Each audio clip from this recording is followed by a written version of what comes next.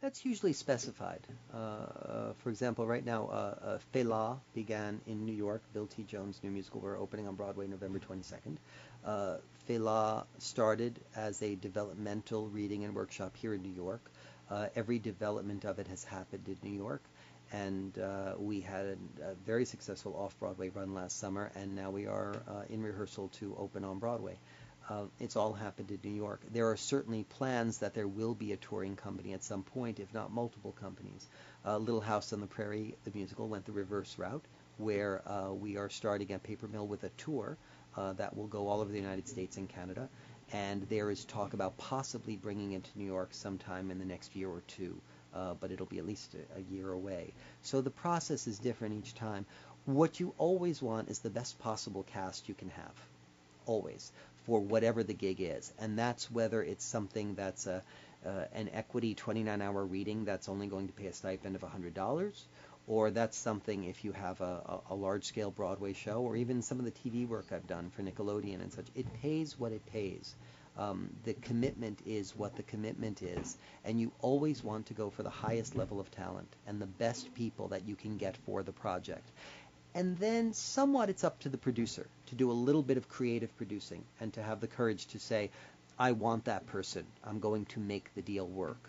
Some of it is required from other members of the creative team and other collaborators to move forward, to have the courage to say, I can make that work. For a director to say, this person is perfect and they're missing this and this, or they are so busy from project to project they'd have to miss the first week of rehearsal. How can we make this happen?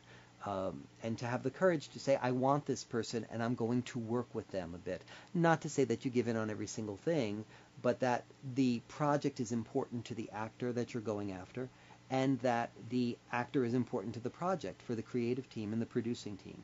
So it's a little bit of collaboration in that area where everybody will work to make the best possible ideas a reality.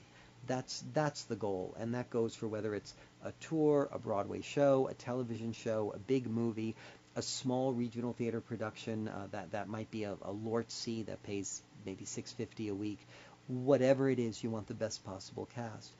And as always, the best possible cast ideally means the best possible actors, but occasionally you have really great performances by actors who just happen to do that one thing the role requires incredibly well.